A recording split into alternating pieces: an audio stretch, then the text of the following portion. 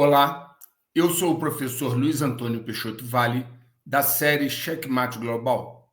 Estou gravando hoje, 29/9/2025, 29 de setembro de 2025, o 154º vídeo da série complementar, juntando as peças e explicando o movimento. São 19 horas e 59 minutos. 19 horas e 59 minutos. Para a compreensão do quadro completo, nós precisamos ter em mente que a imensa maioria da população do planeta não consegue interpretar corretamente a dinâmica dos acontecimentos que transformam a sua realidade. O ser humano de superfície é algo estranho. Ele não sabe de onde veio antes de nascer, não sabe por que vive, na realidade apenas sobrevive, e não sabe para onde vai após morrer. E mesmo assim, se acha muito inteligente. Não conhece adequadamente sequer o ambiente onde vive. Seu aparato sensório, com o qual percepciona o seu ambiente, é substancialmente deficitário. Dos seus 5 sentidos, 3 são responsáveis por aproximadamente 90% da sua captura de informações do ambiente em que vive. São eles a visão, a audição e o olfato, os 3 principais. Visão, audição e olfato. Ocorre que uma águia tem uma visão até 8 vezes mais potente que o ser humano, vendo cores com muito mais nitidez. O espectro visível de luz que o ser humano capta é mínimo entre o infravermelho e o ultravioleta. Um cachorro tem uma audição e olfato muito melhor que os humanos. Os cães ouvem o dobro, na faixa de 15 a 40 mil Hz, e o ser humano de 20 a 20 mil Hz. Estima-se que o olfato dos cães seja até 40 vezes mais apurado que o dos humanos. Enfim, na verdade, o aparato sensório do ser humano de superfície é extremamente limitado, o que restringe significativamente a quantidade de informações conscientes que ele decodifica do ambiente em que vive. Ele traz para o seu consciente uma quantidade ínfima do que está acontecendo ao seu redor.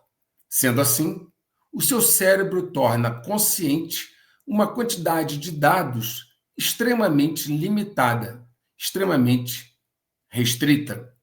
E essa quantidade de informações insignificante que ele usa para tomar ciência e decodificar, interpretar o seu ambiente. Seria, a grosso modo, como alguém conhecer exclusivamente uma praia no litoral e pensar que conhece todo o Brasil. Isso posto, é possível perceber que a sua consciência situacional é extremamente reduzida. Ele simplesmente não decodifica conscientemente o todo da dita realidade, mas apenas uma fração mínima dela. Ademais, mesmo essa fração mínima é incompleta. Por exemplo, os humanos de superfície sequer conhecem significativamente o seu planeta. Não sabem o que tem embaixo das geleiras da Antártida, não sabem o que existe no subsolo mais profundo, desconhecem grande parte do que tem nas profundezas dos oceanos, etc.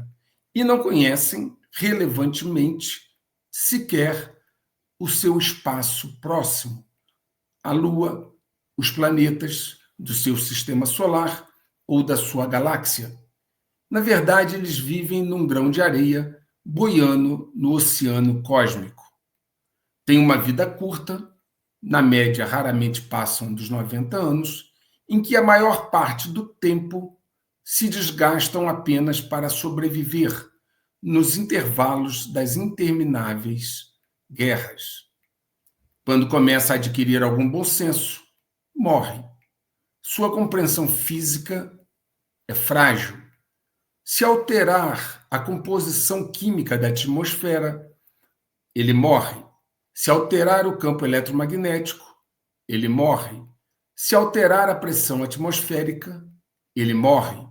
Se alterar a velocidade de giro do planeta ou a sua posição, ele morre. Frente ao poder destrutivo da natureza, é extremamente frágil. Tem de ser mantido numa estufa com todas as condições de sustentação da vida, bem controladas, com variações mínimas. Enfim, uma civilização nos primeiros estágios civilizatórios, débil, primitiva e substancialmente ignorante, porém vaidosa do seu insignificante saber. Humildade, ou melhor, consciência situacional, não são a sua tônica. E ainda assim se orgulha de sua evolução. Evolução em direção a quê? Basta olhar os fatos ao redor. As guerras pararam? A paz e a harmonia reinam no mundo? A fome e a miséria foram extintas? A violência desapareceu? As pessoas estão mais inteligentes e unidas ou ainda impera fortemente a divisão? Existe prosperidade e abundância? O câncer e os problemas cardíacos estavam entre as principais causas de morte há 3 décadas atrás. Isso mudou? Obviamente, os frutos falam da árvore. O que vimos nos últimos milênios foi o incremento da capacidade destrutiva dos humanos de superfície, com o aumento de sua maldade manifesta em guerras fratricidas, genocídios e todo tipo de erro rotulado de acerto para se autoiludir, criando uma linha de tempo inaceitável. Bem, contra fatos não existem argumentos, somente para aqueles que querem se autoenganar. Essa experiência, nesse formato, após infinitos ciclos repetitivos sem aprendizado real, se exauriu. Quando eu tive acesso ao plano DG para os humanos de superfície, eu tive algumas dúvidas sobre a capacidade deles de implantá-lo integralmente. À época, absorvi então a seguinte informação deles, que traduzido em palavras seria aproximadamente o seguinte. Eles disseram, abre aspas, referindo-se aos humanos de superfície. Novamente, abre aspas.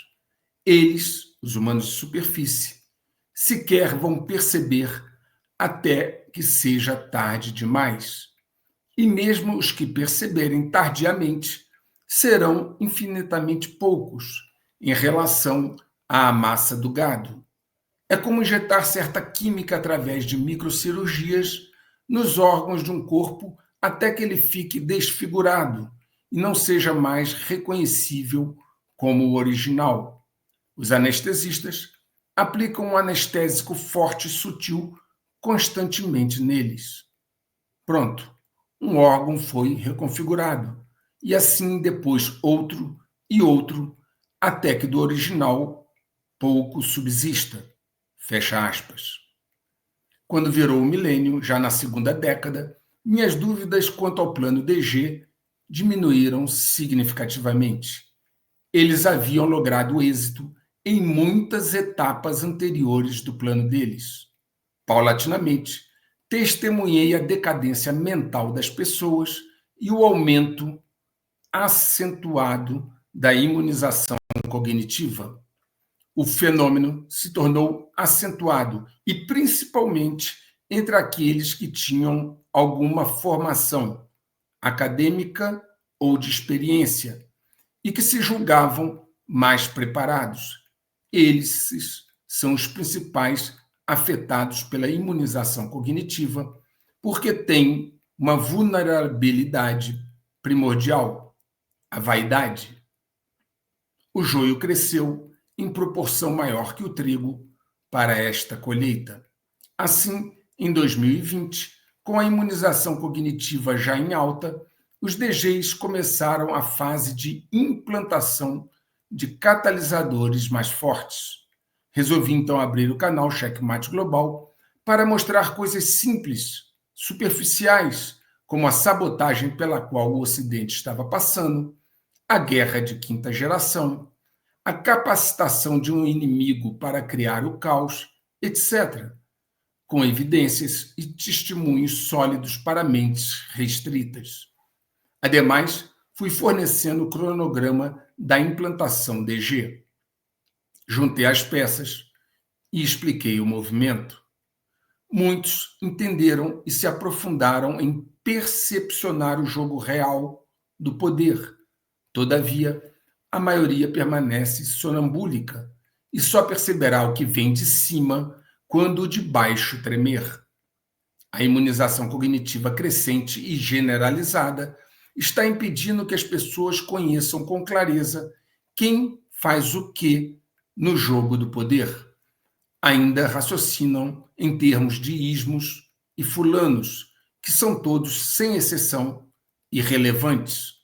Como já disse Sun Tzu em A Arte da Guerra, se você não conhece a si próprio nem ao seu oponente, perderá todas as batalhas.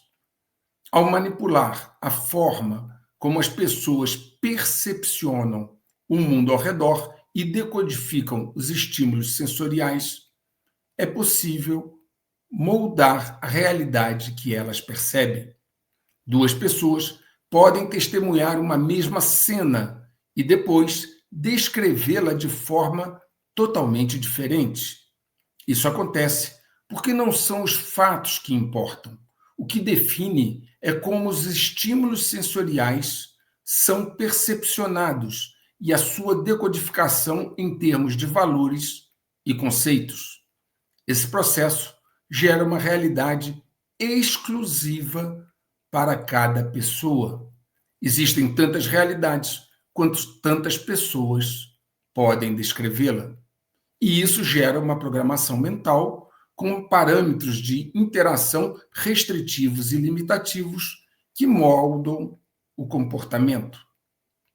Tendo o ser humano uma biodinâmica elétrica, onde a maioria dos seus órgãos é vulnerável a padrões modulares de frequência, ele é um ser altamente influenciável. Pode ser grandemente influenciado de forma subrepetícia pela transmissão de vibrações e frequências pelo ar e também pela luz, que carrega informações que, através de vários meios, incluindo a rede elétrica, chega a todos os cérebros. Lembre-se, cérebros são órgãos elétricos que podem facilmente ser bombardeados com frequências.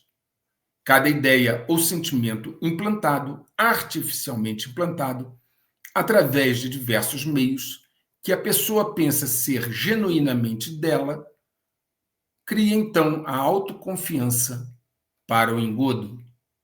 Uma artimanha que os DGs dominam bem é fazer as pessoas pensarem que estão ganhando quando, na verdade, estão perdendo.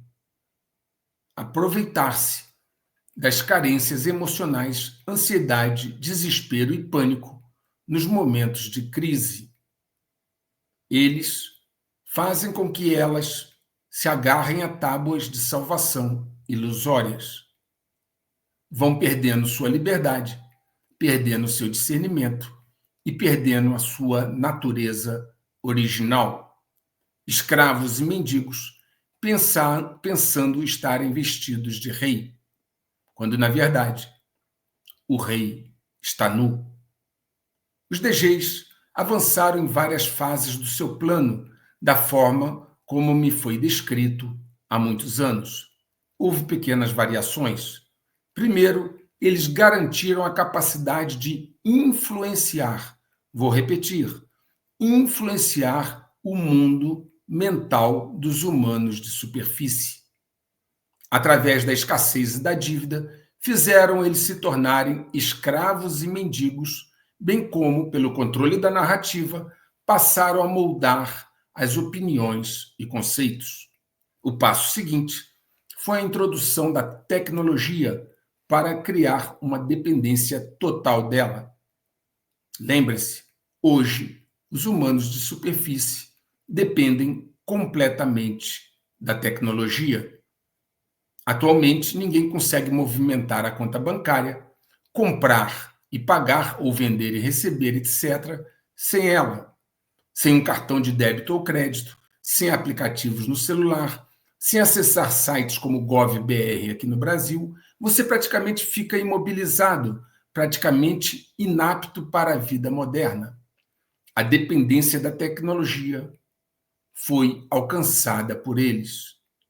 O terceiro passo, que é a fase atual, é a da submissão, que foi viabilizada com o controle digital e com a implantação de catalisadores mais poderosos, bem como com o incremento da imunização cognitiva. Esses três fatores finalizam a atual fase de submissão. Um artifício importante usado pelos DGs é criar narrativas de uma salvação externa, um personagem a ser idolatrado e que vai destruir o sistema e salvar a todos. Isso induz, naturalmente, a inércia das pessoas na esperança de que tudo vai ser resolvido pelo fulano A, B ou C, quando esses personagens são, na verdade, parte das narrativas de controle DG, tão somente uma parte do anestésico que é dado, fomentam um gado inerte a ser encaminhado para o abate. O final dessa fase de submissão é o que chamo de checkmate global. Vou repetir. O final desta terceira fase, fase de submissão, é o que chamo de checkmate global.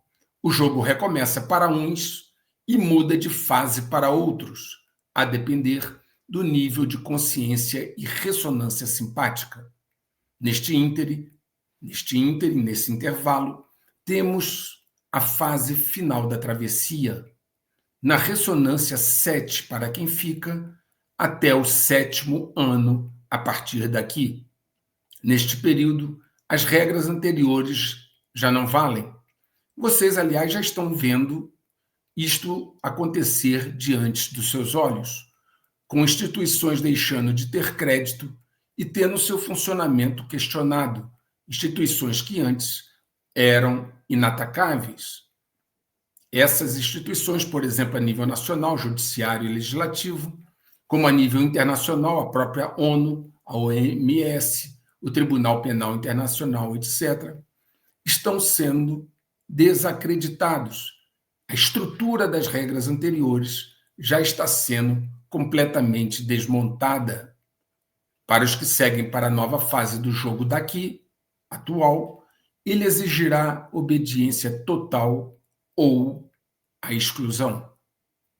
Para a consecução dos seus planos, os DGs só temem as variáveis exógenas, que têm dinâmica própria, independente das regras do jogo no plano consciencial. Mudanças no comportamento e velocidade de rotação do núcleo planetário, efeito de torque gravitacional no eixo axial do planeta e outros efeitos das variáveis exógenas não podem ser influenciados por eles. O checkmate global já ocorreu neste mês, mas as restrições de percepção e a imunização cognitiva fazem com que as pessoas levem um tempo para processá-lo e torná-lo consciente. Alguns percebem mais, outros percebem menos. Algo novo começou e vai sendo implantado ao longo da travessia, com novas regras e novas peças. Lembrando o que eu tenho dito aqui, todo jogo acaba ou muda de fase, e isso está ocorrendo agora. Quero ainda lembrar duas máximas do canal, que são detalhadas na parte da comunidade fechada. São elas: a primeira, só se desilude quem se ilude, e a segunda, a saída é para dentro. Vou repetir: a saída é para dentro. Observem com atenção a dinâmica dos acontecimentos que são perceptíveis. Bem, vamos então agora ao tabuleiro. Vejam a mudança de comportamento de Trump após uma reunião presencial com o rei Carlos III da Inglaterra, no Palácio de Buckingham, e de algumas ligações telefônicas com Bibi Netanyahu. Depois de 9 meses, Trump percebeu agora que pressionar Rússia, China, Índia ou Israel não é tão fácil como ele pensava. Rússia, China e Índia são potências militares e econômicas, e Israel tem o maior lobby nos Estados Unidos jamais visto. Na verdade, efetivamente, é Israel quem manda nos Estados Unidos, e não o contrário. Bibi Netanyahu visita hoje a Casa Branca pela 4ª vez desde que Trump assumiu o posto. Isso não é para qualquer um. O fato é que a capacidade dos Estados Unidos influírem decisivamente nos cenários da Ucrânia e Oriente Médio existe, mas fazê-lo na prática é muito diferente. Como eu já disse, o jogo do poder envolve 2 fatores: sedução e coação. Ambos devem ser usados com sabedoria, na dosagem certa e no tempo oportuno. Somente ameaças, somente a violência vai gerar ainda mais tempestades. Trump pensou que somente a coação resolve. Está aprendendo que não é assim. Pensou enfraquecer seus aliados e oponentes e ocorreu o contrário. Tem feito o que seu nome indica. É a trombeta que anuncia os novos tempos. Vejam, por exemplo, o caso da Índia, que sempre foi próxima do Ocidente e que sempre agiu como um contraponto à influência da China na Ásia. Trump a empurrou para o colo da China com suas ameaças tarifárias. Em 31 de agosto, houve uma reunião de alto nível envolvendo o primeiro-ministro da Índia, o Modi, e o líder chinês Xi Jinping. Essa reunião seria impensável após a escaramuça entre o Paquistão, que é aliado da China, e a Índia, além da China e Índia já terem se enfrentado por questões fronteiriças. Há um tempo atrás, ninguém imaginaria que Modi e Xi Jinping iriam se reunir presencialmente. Mas Trump deu um jeito nisso. Na reunião, Xi Jinping pediu ao primeiro-ministro indiano, Narendra Modi, que aumentasse a cooperação e deixasse de lado as disputas de fronteira de décadas. Xi Jinping ainda acrescentou que se a Índia e a China pudessem ser ou se ver como parceiros ao invés de rivais, o relacionamento dos 2 países seria muito proveitoso e poderia florescer e avançar de forma constante, nas palavras de Xi Jinping. Modi respondeu dando um recado de que a relação entre eles não pode ser mais moldada pelos Estados Unidos. Observem o recado da Índia. Disse a Xi Jinping que eles não podem mais ser moldados pelos Estados Unidos. Modi disse que tanto a Índia quanto a China buscam autonomia estratégica e que as relações entre os 2 países, abre aspas, não devem ser vistas pela lente de um terceiro país, fecha aspas. A China é hoje o maior parceiro comercial da Índia, suplantando os Estados Unidos. A viagem de Modi à China ocorreu menos de uma semana após a entrada em vigor da tarifa adicional de 25% dos Estados Unidos sobre a Índia. A medida eleva a taxa dos Estados Unidos sobre a Índia, que é a 3ª maior economia do mundo, para 50%. A Índia classificou a ação de Washington como injustificada e irracional. Obviamente, Trump empurrou a Índia, repito, para o colo da China. O mesmo acontece com relação ao Brasil. A China capitaliza em cima dos confrontos de Trump. Após a imposição das tarifas ao Brasil, cujo impacto foi demasiadamente superestimado, não foi um impacto que se esperava, a China manifestou-se então dizendo que, abre aspas, apoia firmemente o Brasil na vanguarda de sua soberania e dignidades nacionais, fecha aspas. E ainda acrescentou, abre aspas, a China se opõe à interferência externa injustificada nos assuntos internos do Brasil, fecha aspas. E de lá para cá, a China vem aumentando suas compras do Brasil, notadamente as de soja, e deixando de comprar dos Estados Unidos, bem como o país redirecionando suas exportações, o Brasil, para outros mercados, diluindo então o impacto das tarifas estadunidenses.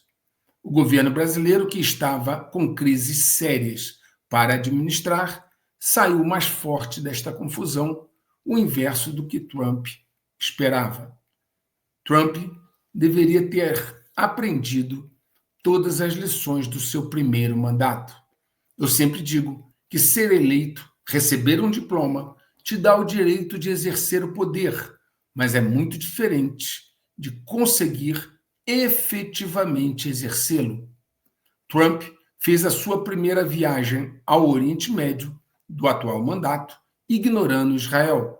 Mandou vários recados irritados a Bibi Netanyahu. Todavia, agora se dobrou e obedece. Trump disse numa entrevista exclusiva ao Daily Caller, afirmando repetidamente que Israel costumava ter, abre aspas, o lobby mais forte que já vi, fecha aspas, nos Estados Unidos, naturalmente. Trump está focando sua agenda na política interna, onde dispõe de alguma liberdade. Na política externa, ele deu uma guinada de 180 graus. Os DGs querem a guerra, pelos motivos que já expus aqui no canal várias vezes. Logo, Trump parece ter de cumprir esta ordem. Observem o que está acontecendo. No Oriente Médio, ele não só não consegue deter Israel, como o apoia com a venda constante de armas, apoio financeiro, suporte de inteligência, etc. Sem o apoio dos Estados Unidos, gente, essa é a verdade, sem o apoio dos Estados Unidos, não haveria a guerra que acontece hoje em Gaza, pois Israel não teria meios de fazê-lo sozinho. Trump acaba de anunciar hoje um plano de paz para Gaza que ele sabe ser de quase impossível aceitação, uma vez que estabelece uma administração estrangeira do território e a extinção do Hamas, trazendo inclusive nessa proposta de volta à vida personagens como Tony Blair, que aliás foi uma indicação do rei Carlos III, lá naquela visita do Trump. Então, Trump está propondo algo que ele sabe ser de quase impossível aceitação. Mas o objetivo é esse: colocar algo a ser recusado para justificar a continuidade da guerra e agora com muito mais apoio dos Estados Unidos a Israel. A proposta pode até dar certo, mas ela foi desenhada para não dar. Assim, Bibi Netanyahu é seu executor, mas o seu impulsionador é Trump. Se ele cessasse o apoio, acabaria a guerra, mas ele não tem poder real para fazê-lo. Na Ucrânia, algo semelhante acontece. Os Estados Unidos e a OTAN fornecem à Ucrânia apoio financeiro e armas. Entretanto, somente os Estados Unidos dispõem de capacidade de fornecer inteligência militar que é decisiva para a escolha de alvos, etc. Logo, Se Trump cortasse o apoio, a guerra também parava. Mas ele não o faz, porque precisa obedecer. É o mesmo cenário. Zelensky está a executar, mas quem impulsiona é Trump. E na sua busca para salvar as aparências, ele vive entrando em contradição. No dia 16 deste mês, Trump havia dito a repórteres, de passagem no gramado da Casa Branca, que o presidente ucraniano Volodymyr Zelensky, abre aspas, terá que fazer um acordo, fecha aspas, com a Rússia para encerrar essa longa guerra. Agora, menos de 10 dias depois, ele mudou radicalmente de posição. Além de alimentar a guerra com armas, inteligência, etc., ele agora resolveu incentivar a Ucrânia a continuar lutando uma guerra que, para 99% dos especialistas, é uma guerra perdida. As forças russas, que já tomaram quase o leste inteiro da Ucrânia, agora avançam para o centro do país. Recentemente, para variar, contradizendo palavras suas anteriores, ele disse o seguinte, abre aspas, depois de conhecer e entender completamente a situação militar e econômica da Ucrânia e a Rússia, e depois de ver os problemas econômicos que isso está causando à Rússia, acho que a Ucrânia, com o apoio da União Europeia, está em posição de lutar e conquistar toda a Ucrânia de volta à sua forma original, fecha aspas. E depois ele ainda acrescentou, abre aspas, este é o momento para a Ucrânia agir, fecha aspas. Ou seja, em apenas 10 dias ele muda radicalmente de posição, notadamente depois de conversar com o rei Carlos III e com Bibi Netanyahu. Essa é, obviamente, uma meta inalcançável, a da Ucrânia retomar todo o território conquistado pela Rússia. É uma meta inalcançável que vai sacrificar ainda mais vidas que ele, Trump, um dia disse defender. Parece ser um grande incentivo à guerra e, quem sabe, até mesmo à Terceira Guerra Mundial. Mas, não satisfeito com essa reversão de posição, ele fez outra em relação à Europa. Quanto ao fornecimento de armas à Ucrânia via OTAN, ele disse que os Estados Unidos vão fornecer armas à OTAN para que a OTAN faça o que quiser com ela. Outra reversão, porque no passado ele tinha dito que não aceitaria bombardeios no fundo do território russo, ou seja, ele incentivou ataques agora de longo alcance em território russo. Em outra declaração belicosa, quando questionado se a OTAN deveria atacar aeronaves russas que entrassem em seu espaço aéreo, Trump simplesmente respondeu: sim, concordo. Ele claramente está incentivando a guerra, que um dia ele disse que combateria. Uma guerra que o Ocidente não tem como vencer, pois a Rússia tem o maior e mais moderno conjunto de armas nucleares estratégicas do mundo. Aliás, numa guerra dessas, não haverá vencedor. Putin vem sendo pressionado, como, aliás, já mostrei e falei aqui várias vezes, a tomar a iniciativa do ataque. Em outros vídeos, citei inclusive o nome daqueles que compõem a linha dura do Kremlin. E Putin, a cada dia, está sendo mais pressionado a tomar a iniciativa do ataque. Por isso, o maior submarino nuclear do mundo, Belgorod, um submarino russo, está em posição estratégica oculta de ataque há tanto tempo. Ao blefar de novo, Trump pode estar colocando a vida de milhões de europeus e estadunidenses em risco elevado. Ademais, isso não fosse o suficiente, durante a sessão da ONU, Trump fez juras de amor ao presidente brasileiro Lula. Ele muda de posição tão rápido que às vezes é difícil até mesmo de acompanhar. Na ONU, ele disse o seguinte, abre aspas, eu estava andando para cá e o líder do Brasil estava saindo. Eu o vi, ele me viu e nós nos abraçamos. Nós concordamos em nos encontrarmos na semana que vem.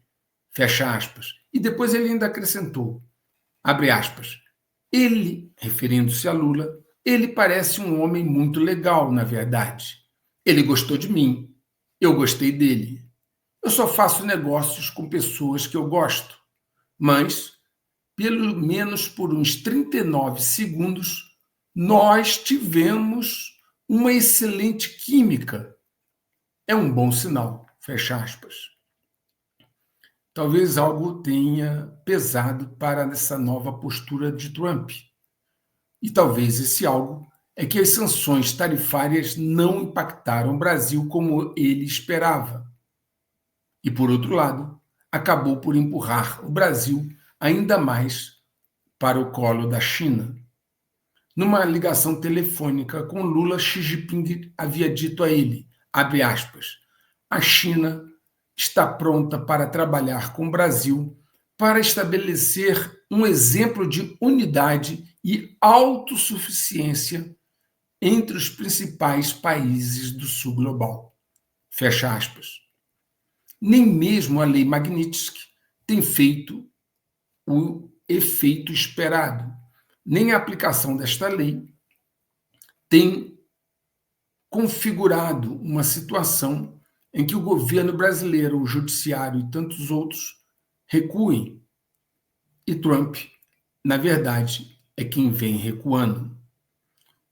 Qualquer um que não seja um torcedor vai ficar agora em dúvida sobre o futuro apoio de Trump ao ex-presidente Bolsonaro. Bem, Trump, como visto, mudou radicalmente de posição, aliás, ele teve de mudar. E se não obedecer, sempre existe uma peça de backup bem posicionada. Quem acompanha o canal já me viu expor informações sobre o vice-presidente J.D. Vance. Em uma entrevista ao USA Today, J.D. Vance disse que seu cargo atual o preparou para assumir o cargo mais alto do país caso ocorra uma tragédia terrível. Vou repetir. Numa entrevista ao USA Today, J.D. Vance disse que o cargo o preparou para, se algo terrível, uma tragédia terrível acontecer. Ele disse exatamente o seguinte, abre aspas, Deus nos livre que haja uma tragédia terrível. Não consigo pensar em melhor treinamento no trabalho do que o que recebi nos últimos 200 dias. Fecha aspas. Para bom entendedor, meia palavra basta. Aliás, Trump descreveu Vance, de 41 anos, como o herdeiro mais provável de seu movimento MAGA, alimentando especulações sobre as perspectivas do vice-presidente na eleição presidencial de 2028.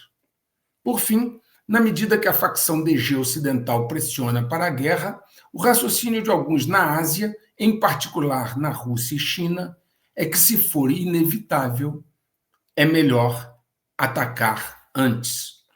Os mísseis nucleares hipersônicos russos podem devastar a Europa em menos de 10 minutos e não há defesa para eles.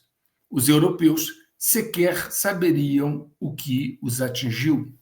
Depois, naturalmente, os russos aguardariam a avaliação e possível resposta ou não dos Estados Unidos. Os chineses iriam na mesma toada. Todavia, é bem conhecida na história que os conflitos precisam de um fato que os detone, e se ele não acontece naturalmente, sempre é possível fabricá-lo através de um atentado de falsa bandeira. A porta-voz do Ministério das Relações Exteriores da Rússia, Maria Zakharova, disse que a Ucrânia está planejando ataques a países da OTAN, Polônia e Romênia, para poder culpar a Rússia. Segundo a versão dela, a ideia de Kiev é consertar vários drones russos Geran que foram abatidos ou interceptados pela Ucrânia, o que ela diz que já foi feito, inclusive, na fábrica da Lorta, em Lviv, e depois equipá-los com ogivas letais e enviá-los disfarçados de drones russos para os principais centros de transporte da OTAN na Polônia e na Romênia. Claro que um atentado desse de falsa bandeira seria colocado em todas as mídias ocidentais, provocando algum tipo de reação sem uma investigação real. Inusitadamente, o secretário de Defesa dos Estados Unidos, agora também rotulado como secretário de Guerra, Pete Hegseth, convocou cerca de 800 oficiais de alto escalão do Pentágono para uma reunião amanhã, no dia 30 de setembro, na base da Marinha de Quantico, perto de Washington, Distrito de Colômbia. Muitos dos generais, almirantes e brigadeiros estão vindo de longe para a reunião. Na verdade, estão vindo de todas as bases dos Estados Unidos no mundo inteiro. Esse é, obviamente, um ato imprudente, pois reunir a nata dos militares dos Estados Unidos num só lugar, com horário divulgado, é altamente imprudente. Se um inimigo quisesse aniquilar toda a estrutura de comando militar dos Estados Unidos de uma só vez, esse seria o movimento e o momento ideal. O movimento e o momento ideal. E mais, se alguém quiser perpetrar um atentado de falsa bandeira e culpar russos e chineses, aniquilando toda a estrutura de alto comando dos Estados Unidos, este também seria um momento ideal. E isso vem chamando a atenção de vários oficiais. O tenente-general Mark Hetling escreveu o seguinte, abre aspas, em meus 40 anos de uniforme, nunca vi nada parecido. Embora altos líderes tenham sido chamados a Washington para se reunir com o secretário de Defesa durante todas as nossas guerras, nunca um secretário convocou todas as centenas de oficiais de 1 a 4 estrelas de cada uma das Forças Armadas, além de seus principais colegas alistados, de todos os cantos do mundo, para um único auditório. Vou repetir o que ele está dizendo, para um único auditório. Ele continua, nem durante a Guerra Fria, nem durante a Operação Tempestade no deserto, nem durante o auge das guerras no Iraque e no Afeganistão, isso aconteceu. E aí concluiu, abre aspas, provavelmente não fizeram porque é disruptivo. Esses que não chamaram, todos os generais, ele está se referindo a isso. Eles não o fizeram porque é disruptivo. Eles não o fizeram porque é caro e é desnecessário. Fecha aspas. Bem, muito foi especulado sobre o motivo da reunião insólita, né? No mês passado, Hegseth demitiu o diretor da Agência de Inteligência de Defesa, o tenente-general Jeffrey Cruz, demitiu a vice-almirante-chefe da Reserva da Marinha, Nancy LaCory, e o chefe do Comando de Guerra Especial Naval, contra-almirante Milton Sands. Todavia, alguns jornais, notadamente o Washington Post, estão dizendo que não há nenhum fator alarmante ou grave para ser anunciado nesta reunião. Apenas o secretário de Defesa quer falar com eles sobre o ethos guerreiro e outros conceitos do governo Trump que ele considera que não foram implantados como Trump esperava. Ao responder a jornalistas, Trump pareceu inicialmente não saber do que se tratava nessa reunião, precisando inclusive de uma intervenção do vice de Vance. Depois, ele disse que vão tratar na reunião de como estão se saindo militarmente e ainda acrescentou, abre aspas, estaremos falando sobre o que estamos fazendo, o que eles estão fazendo e como estamos fazendo, fecha aspas. Ele confirmou que estará na reunião. Espera-se que ao trazer 800 generais, brigadeiros e almirantes de várias partes do mundo, a conversa não seja tão rasa. Bem, amanhã nós saberemos disso. Entretanto, cabe frisar que um movimento incomum de aviões-tanques militares dos Estados Unidos para a Europa estão acontecendo hoje. Um movimento bastante estranho, que antes aconteceu antecedendo o ataque ao Irã. Bom, eu vou colocar como foi relatado. Foi relatado da seguinte forma, abre aspas, cerca de uma dúzia de aviões-tanque de reabastecimento aéreo KC-135RT da Força Aérea dos Estados Unidos estão atualmente decolando de diversas bases aéreas nos Estados Unidos rumo ao Nordeste e se preparando para cruzar o Atlântico em direção à Europa, com vários deles aparentemente a caminho da base aérea real de Middleham, na Inglaterra. Fecha aspas. Estranho. E estão indo para onde? Para a Inglaterra, para a base aérea de Middleham. Eles precedem a reunião que está para acontecer em Quântico e também há uma divulgação da porta-voz do Ministério das Relações Exteriores da Rússia, a Maria Zakharova, que eu já citei, de que uma operação de falsa bandeira poderá ser realizada pela Ucrânia contra países da OTAN. Okay? Vamos ao movimento das peças. Começando pelo cavalo, Trump decidiu retomar uma base no Afeganistão. Ele ameaçou punir o país sem especificar como, que é bem o jeito dele. Mas ele ameaçou punir o Afeganistão caso não devolva a base aos Estados Unidos 4 anos após a retirada dos estadunidenses do Afeganistão. Trump disse o seguinte, abre aspas, se o Afeganistão não devolver a base aérea de Bagram a quem a construiu, os Estados Unidos da América, coisas ruins vão acontecer, fecha aspas. O chefe de gabinete do Ministério da Defesa do Afeganistão, Fazludin Fitrati, disse que é impossível chegar a um acordo de tal natureza com os Estados Unidos.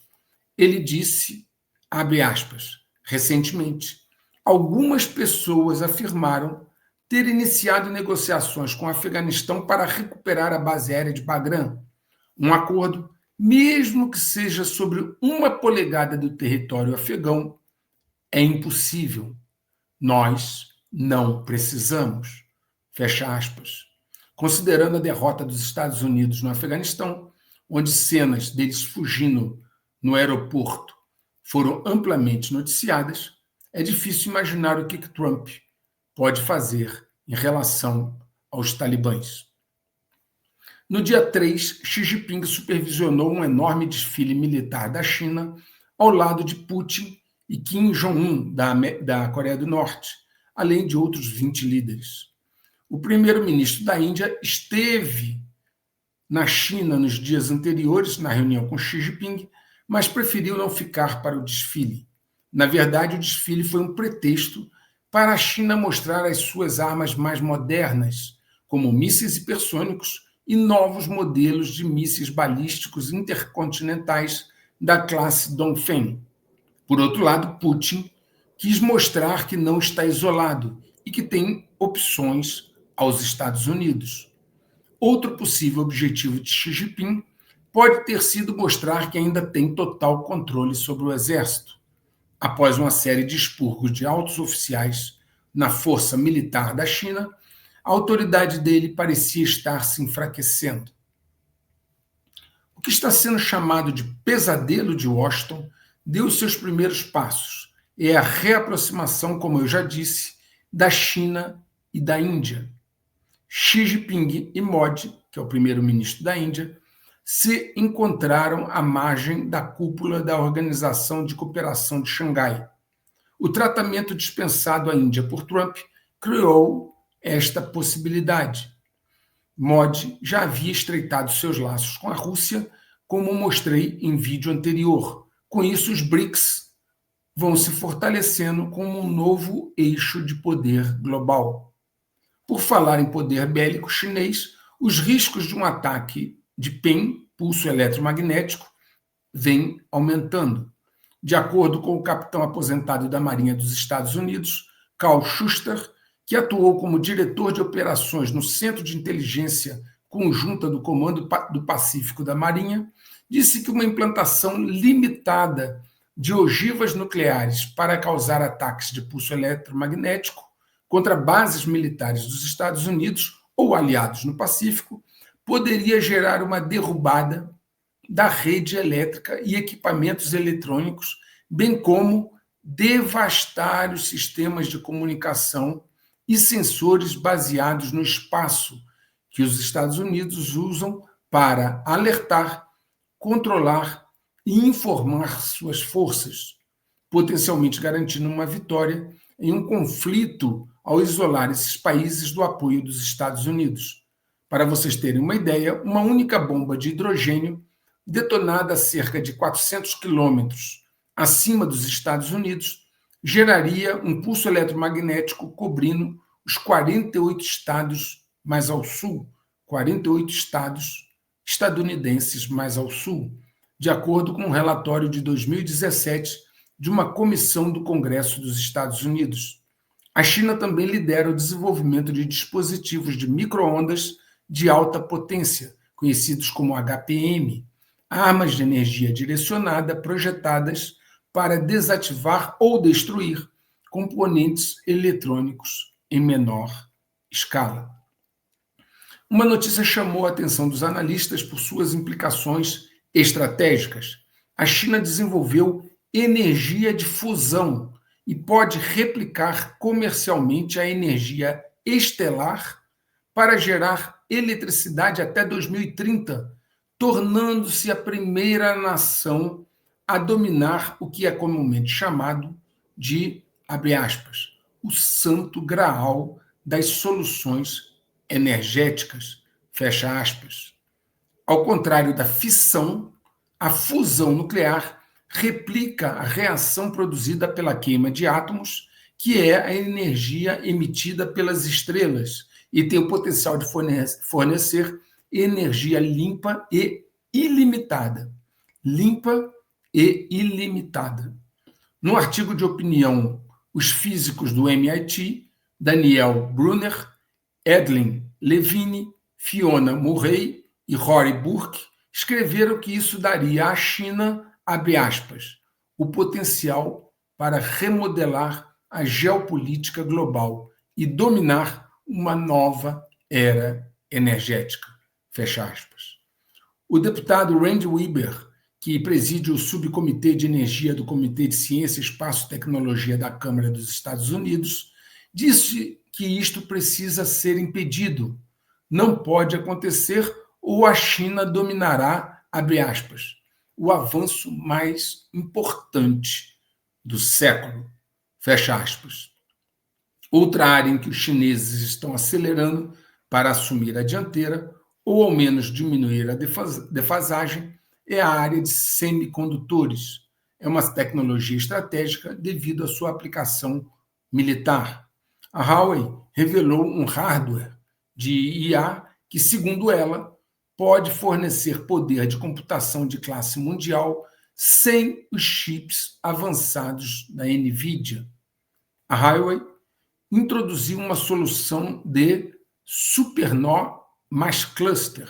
Essa é a solução, SuperNOR mais cluster, baseada na fabricação de chips nacionais e revelou um roteiro de vários anos para os seus chips Ascend AI.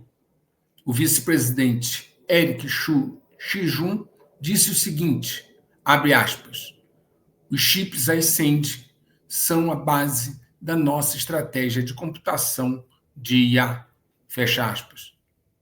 Talvez seja por isso que a China passou a esnobar a NVIDIA, tendo criado várias restrições à importação dos seus chips.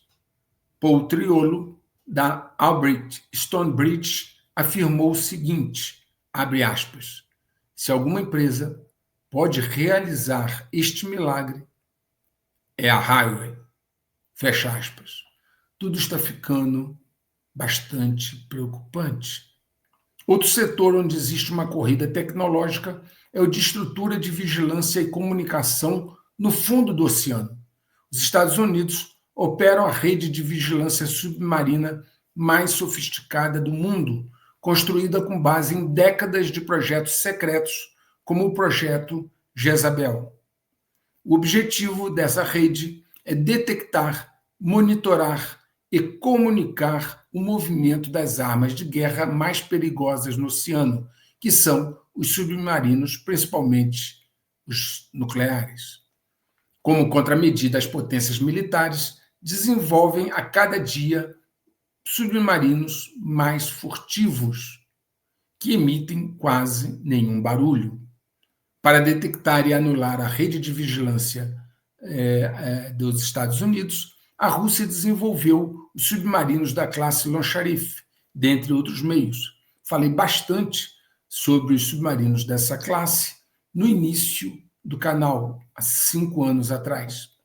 Especialistas chineses especulam que a rede de vigilância submarina dos Estados Unidos apresenta vulnerabilidades e oficiais navais propuseram mirar nos nós de sensores individuais para explorá-los. Para isso, estão desenvolvendo drones, submarinos e veículos operados remotamente ou autônomos, com um plantio de explosivos de ação retardada e um dispositivo de corte de cabos em águas profundas que supostamente é capaz de cortar linhas em profundidade de até 4.000 metros. Essas linhas de ação da China começaram a preocupar as autoridades navais dos Estados Unidos, uma vez que, se a China cortar cabos submarinos estratégicos da Marinha dos Estados Unidos, eles terão uma capacidade muito limitada para manter ou reparar a sua rede de vigilância submarina.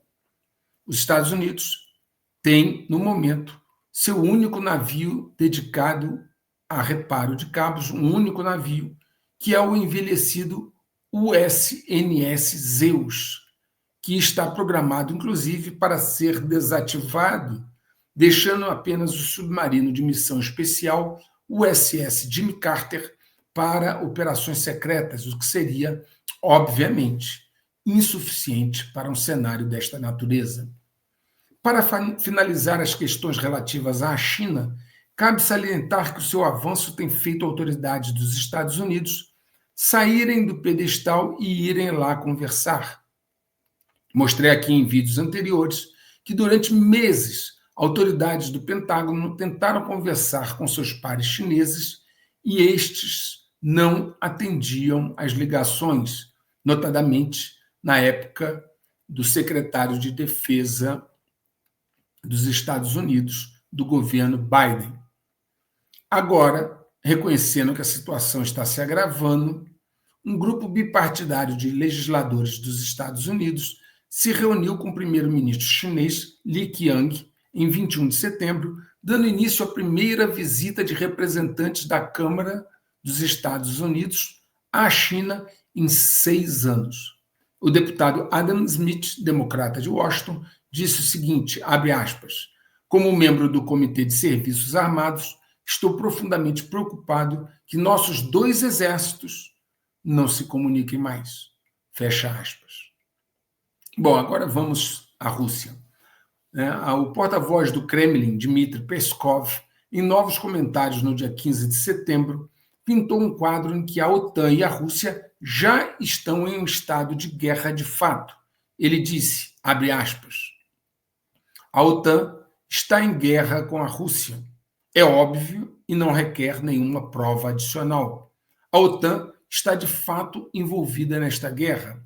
A OTAN fornece apoio indireto e direto ao regime de Kiev. Portanto, pode-se afirmar com absoluta certeza que a OTAN está em guerra com a Rússia. Fecha aspas. Isso, dito de forma tão explícita, dá um novo patamar a este conflito. Aliás, para fins de registro, Trump recuou em mais uma de suas ameaças. Esgotado o prazo que ele deu à Rússia para encerrar a guerra e nada tendo sido feito por Putin, que não cedeu 1 milímetro, Trump deixou claro em uma longa publicação no Truth Social, a rede social dele, que ele está recuando em relação às novas sanções e listou medidas que os membros da OTAN teriam que tomar para que isso acontecesse. Ou seja, lá atrás, Trump havia dado um prazo para a Rússia parar a guerra, senão medidas drásticas seriam tomadas. Putin não fez nada, não parou a guerra, e Trump agora simplesmente está recuando dessas medidas muito sérias. Mais um blefe. Trump, aliás, em alguns aspectos, tem sido até mais transparente do que os seus antecessores. Todos sabem que países não usam suas forças armadas apenas para se defender, mas também para atacar quando lhes é conveniente. E os Estados Unidos não são uma exceção, nem a Rússia, nem a China, nem país algum.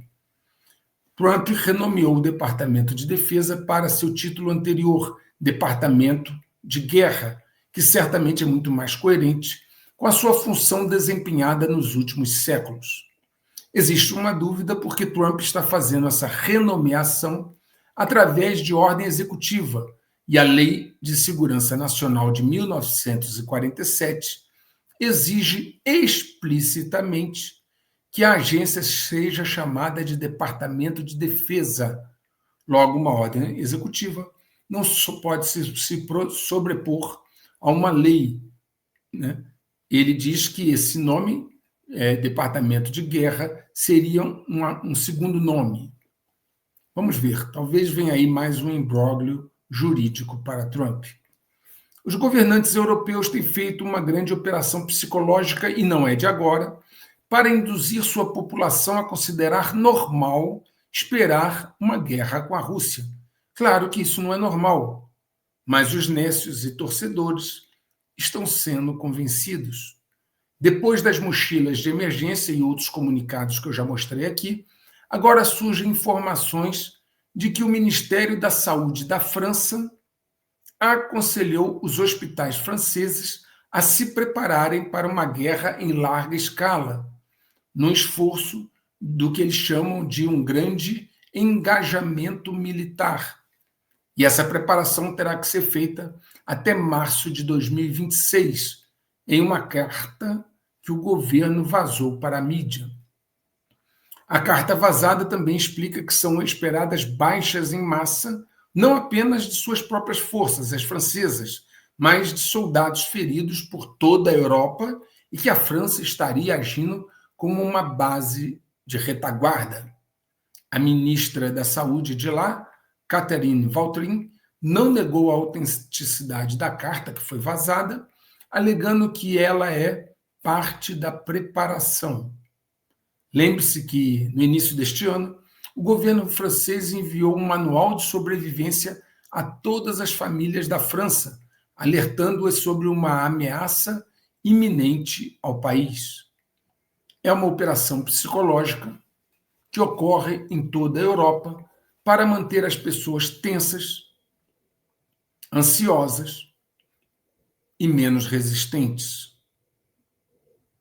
O Daily Mail relatou que, abre aspas, a Suécia está enviando 5 milhões de panfletos aos moradores pedindo que se preparem para a possibilidade de guerra, com instruções sobre como estocar alimentos e até mesmo buscar abrigo durante um ataque nuclear, à medida que aumentam os temores de um conflito entre a Rússia e a OTAN. Fecha aspas. Em 31 páginas, esse panfleto, né, intitulado Se a crise ou a guerra chegarem, está sendo distribuído, essas 31 páginas desse panfleto, pela Agência Sueca de Contingência Civil, e aconselham que devemos nos preparar para o pior. Bom, parece que as mentes já foram ajustadas para se acomodar ao seu destino. Desde o início eu disse que a queda do Assad na Síria foi muito estranha. O seu exército, o exército sírio, pareceu se recusar a lutar e a Rússia ficou impassível contra um relativamente pequeno número de milicianos do ISIS ou da Al-Qaeda. Bem, vagarosamente as informações vêm surgindo. Lembre-se que países não têm amigos, mas têm interesses. E isso se aplica a praticamente todos os países poderosos. Numa entrevista, o atual presidente sírio, Ahmad al-Shara, anteriormente conhecido como comandante do Estado Islâmico no Iraque, na época com o nome de Abu Muhammad al-Jolani, ele alegou que os seus seguidores da antiga afiliada Al-Qaeda na Síria, grupo depois rebatizado inclusive como HTS para disfarçar a origem, que eles fizeram negociações secretas com a Rússia durante a ofensiva que acabou derrubando Bashar al-Assad. Ele disse o seguinte na entrevista, abre aspas, quando as forças do HTS continuaram para o sul até Homs, a grande próxima cidade, a Rússia ficou fora da luta sob um acordo concluído entre nós. Fecha aspas. De acordo com um ex-oficial do exército sírio que conversou com The Crowd, a Rússia impedia regularmente a Síria de usar seus sistemas de defesa aérea quando era alvo de aviões de guerra israelense nos anos anteriores à queda de Assad. Ele disse o seguinte, abre aspas, a Rússia nos traiu muito antes de 8 de dezembro, fecha aspas, referindo-se à data da queda do Assad. Sabe-se que Rússia e Israel cooperam secretamente em várias áreas. Putin, uma vez, justificou isso dizendo que, abre aspas, quase 2 milhões de falantes de russo vivem em Israel, fecha aspas. Existem fortes evidências de que os Estados Unidos, Arábia Saudita e Israel participaram dessas negociações entre a Rússia e o movimento ISIS, ou Al-Qaeda, que agora chama-se HTS. A Arábia Saudita fez Trump apertar a mão do presidente sírio, que hoje é conhecido como Jolani, mesmo ele sendo um ex-comandante da Al-Qaeda, que até pouco tempo tinha uma recompensa de 10 milhões por sua cabeça, por ele ser o fundador da Frente Nusra, reconhecida como uma organização terrorista. Jolani, atual presidente da Síria, lutou contra tropas dos Estados Unidos no Iraque, enviando homens-bomba, e mais tarde cruzou a fronteira para a Síria como enviado pessoal do líder do Estado Islâmico, Abu Bakr al-Baghdadi. Bem, logo após o 11 de setembro, no dia 12, ironicamente, o chefe do Comando Central dos Estados Unidos, almirante Charles Bradley Cooper, reuniu-se amistosamente com Jolani para discutir segurança e cooperação regional. Ou seja, um dia após o 11 de setembro, o chefe militar dos Estados Unidos se reúne com um extremista que comandou o Estado Islâmico e a Al-Qaeda para propor-lhe cooperação. Mas não ficou só nisso, não. Logo após, o presidente sírio Jolani viajou para os Estados Unidos para novos contatos, onde foi recebido com tapete vermelho, com direito até mesmo a uma entrevista conduzida pelo ex-chefe da CIA, general David Petraeus. Até mesmo o secretário de Estado Marco Rubio posou apertando a mão de Jolani. Bem, isso mostra o básico do que realmente é a realidade dos interesses de cada país, que todo torcedor procura negar. Vamos agora, então, caminhar mais um pouco. A Assembleia Geral da ONU votou esmagadoramente para apoiar uma solução de 2 estados, com o reconhecimento do Estado palestino.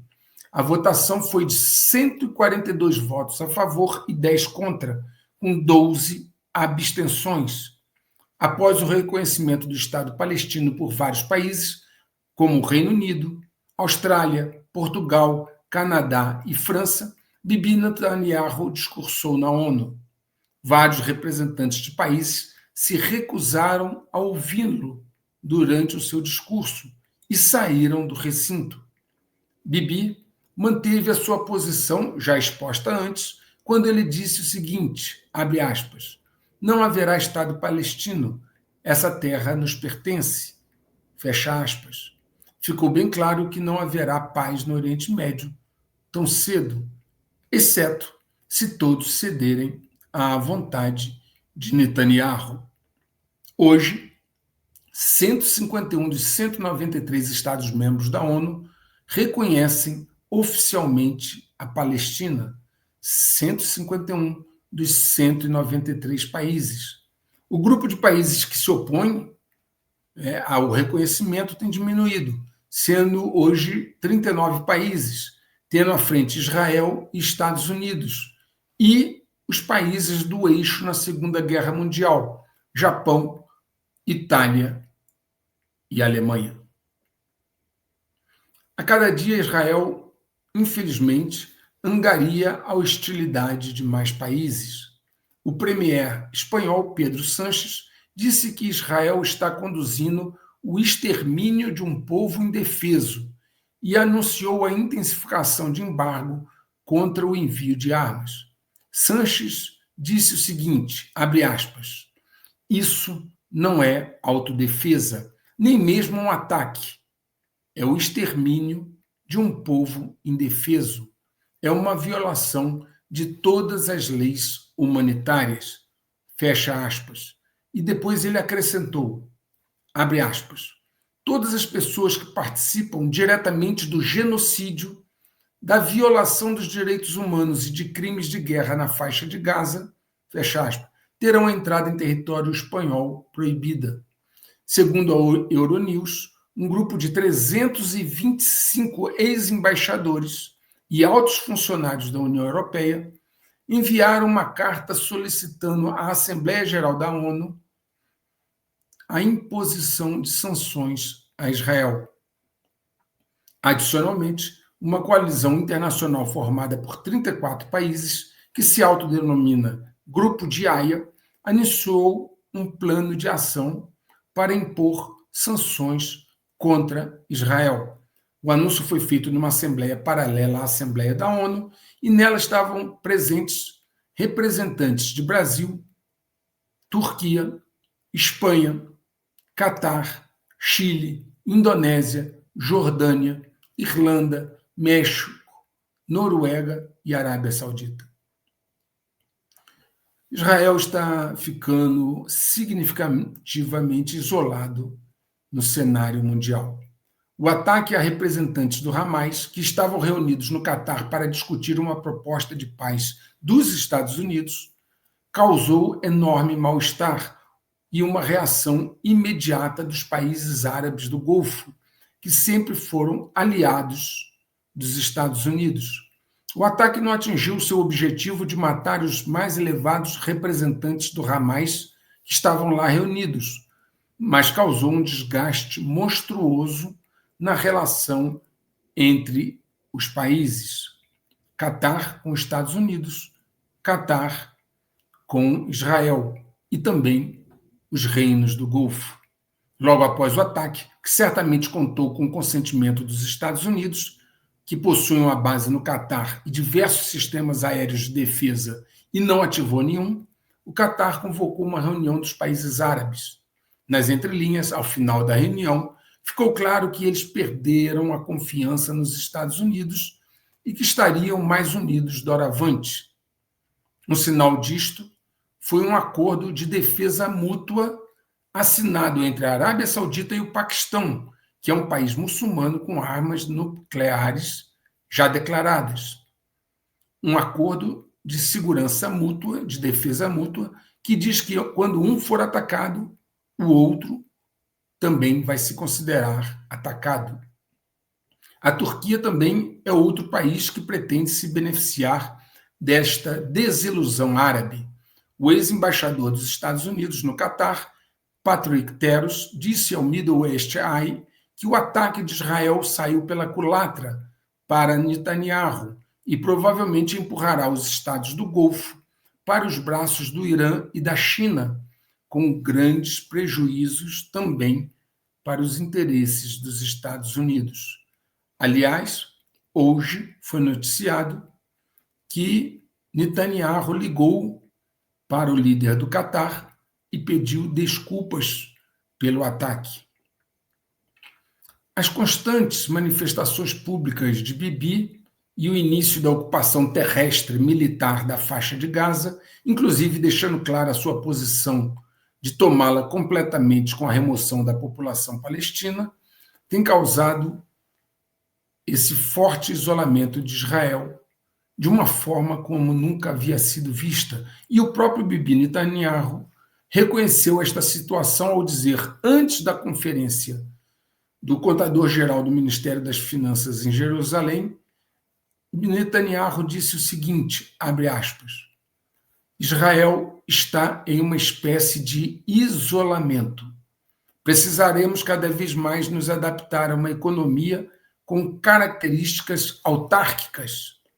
Acredito no livre mercado, mas podemos nos encontrar em uma situação em que nossas indústrias de armamento sejam bloqueadas. Fecha aspas. O governo dos Estados Unidos entra em contradições sistematicamente, mostrando que navega segundo as pressões. O embaixador dos Estados Unidos em Israel, Mike Huckabee, referindo-se à possibilidade de Israel anexar partes da Cisjordânia ocupada, disse recentemente numa entrevista o seguinte, abre aspas, os Estados Unidos nunca pediram a Israel que não aplicasse sua soberania. Tenho afirmado repetidamente que os Estados Unidos respeitam Israel como nação soberana e não dirão a Israel o que fazer. Fecha aspas. Todavia, depois, Trump declarou no Salão Oval alguns dias depois, declarou o seguinte, Trump, abre aspas, não permitirei que Israel anexe a Cisjordânia. Isto não vai acontecer. Fecha aspas. Ou seja, Trump contradiz o embaixador que fala coisas diferentes do que Trump falou, ainda que Trump muitas vezes tenha dito que a última palavra sobre qualquer assunto lá é de Bibi Netanyahu. Como tenho mostrado, as palavras de Trump têm caído em descrédito, porque a cada dia o seu governo sinaliza em direções opostas. Muitos acham que é apenas um jogo de cena. Por exemplo, ele fala ser contra a guerra, mas a financia com dinheiro do contribuinte dos Estados Unidos. Segundo o The Wall Street Journal, recentemente a Casa Branca solicitou a aprovação do Congresso para um acordo de armas de quase 6 bilhões de dólares com Israel. Na matéria do Wall Street Journal foi escrito o seguinte, abre aspas, as armas seriam pagas com financiamento militar estrangeiro fornecido pelos Estados Unidos. Israel compra a maioria de suas armas fabricadas nos Estados Unidos usando dinheiro dos contribuintes americanos, proveniente de bilhões de dólares em ajuda militar anual. Fecha aspas. Ou seja, em outras palavras, é Trump doando dinheiro do contribuinte para Israel. Parece que existem dois governos nos Estados Unidos. Um manda e o outro obedece. Os Houthis do Iêmen, como já mostrei aqui diversas vezes, não foram vencidos pela Marinha dos Estados Unidos, mesmo ela atuando em conjunto com a Marinha francesa e inglesa. Se vocês olharem os vídeos anteriores, eu mostrei inclusive fala de oficiais franceses se referindo a isso quando saíram da região. Depois dessa questão, foi a vez de Israel tentar dobrar os Houthis. Também parece que não está funcionando. Os mísseis dos Houthis já atingiram Israel várias vezes, sem serem impedidos, interceptados pelas defesas de Israel. No último evento, imagens mostram um drone voando baixo e atingindo uma área urbana que foi identificada como a cidade israelense de Eilat, no sul. Eu já esclareci em outro vídeo que você pode conquistar através da sedução ou da coação, como já comentei. Trump parece só entender a coação e sua política tem afastado aliados e reunido adversários. A Turquia e o Irã sempre competiram por influência no Oriente Médio e estavam pouco dispostos a se aproximarem e a cooperar entre si. Na recente cúpula da Organização de Cooperação de Xangai, em Tianjin, na China, o presidente turco Recep Erdogan e o presidente iraniano Massoud Pezeshkian apertaram as mãos, anunciando uma mudança estratégica com consequências operacionais que o Washington e a OTAN não vão poder ignorar. Turquia e Irã apertando as mãos era impensável há alguns meses atrás. Sendo o perfil dessa organização de cooperação de Xangai claramente anti-americana, a participação da Turquia nessa organização, sendo a Turquia um membro da OTAN, pode trazer implicações sérias, uma vez que a Turquia conhece os planos secretos da OTAN, conhece o seu modus operandi e conhece a tecnologia de suas armas. E agora, a Turquia se aproximando do Irã deixa tudo ainda mais sensível. Eu já mostrei aqui o conflito entre a Índia, que em grande parte utiliza armas ocidentais, e o Paquistão, que quase somente usa armas chinesas. Muitos analistas entendem que no rápido confronto entre os dois países, o Paquistão, de maioria muçulmana, obteve vantagem sobre a Índia. No conflito, o Paquistão foi fortemente apoiado pela China e a Índia se ressentiu de apoio ocidental, após a imposição de sanções por parte de Trump e a segunda visita, em menos de 2 meses, aos Estados Unidos, do chefe do exército do Paquistão, general Asim Munir, a Índia sentiu que não pode mais confiar em seus laços com o Ocidente. Não bastasse as tarifas de Trump, agora os Estados Unidos estão recebendo o arqui-inimigo da Índia em seu próprio território. Assim, a Índia vem dando passos largos para se aproximar da Rússia. Ela sabe que lutar sozinha contra o Paquistão, apoiado pela China, é muito complicado. Para se ter uma ideia do nível de belicosidade do general paquistanês Asim Munir, quando ele estava na Flórida, ele disse o seguinte, abre aspas, referindo-se ao seu país, ao Paquistão, ele disse, abre aspas, somos uma potência nuclear. Se afundarmos, levaremos metade do mundo conosco. Fecha aspas. Referindo-se a uma barragem que a Índia pensa construir num rio que passa nos dois países, ele disse o seguinte, abre aspas, deixem que construam a barragem e nós o atingiremos com 10 mísseis. Não temos escassez de mísseis. Louvado seja Deus. Fecha aspas. O legislador indiano Jairam Ramesh disse o seguinte sobre o que está acontecendo. Abre aspas. É bizarro que o establishment americano esteja dando a um homem como esse tratamento tão especial. Fecha aspas. Pois bem, é o Paquistão, o mesmo Paquistão, que assinou um tratado de defesa mútua com a Arábia Saudita, onde diz que um ataque a um dos países é um ataque aos dois países. Como brigar com a Rússia e China está ficando difícil, foi informado que autoridades do Departamento de Defesa dos Estados Unidos estão propondo mudar a postura militar dos Estados Unidos, deixando de focar na China e, vejam, priorizando supostas ameaças na América Latina e no Caribe, bem como em questões domésticas dentro dos Estados Unidos. Um rascunho da mais nova Estratégia de Defesa Nacional, preparada por Elbridge Colby, coloca, abre aspas, missões nacionais e regionais acima do combate a adversários como Pequim e Moscou, fecha aspas. Uma mudança dessa de abordagem deixará certamente árabes, indianos, europeus e outros antigos aliados ainda mais desconfiados.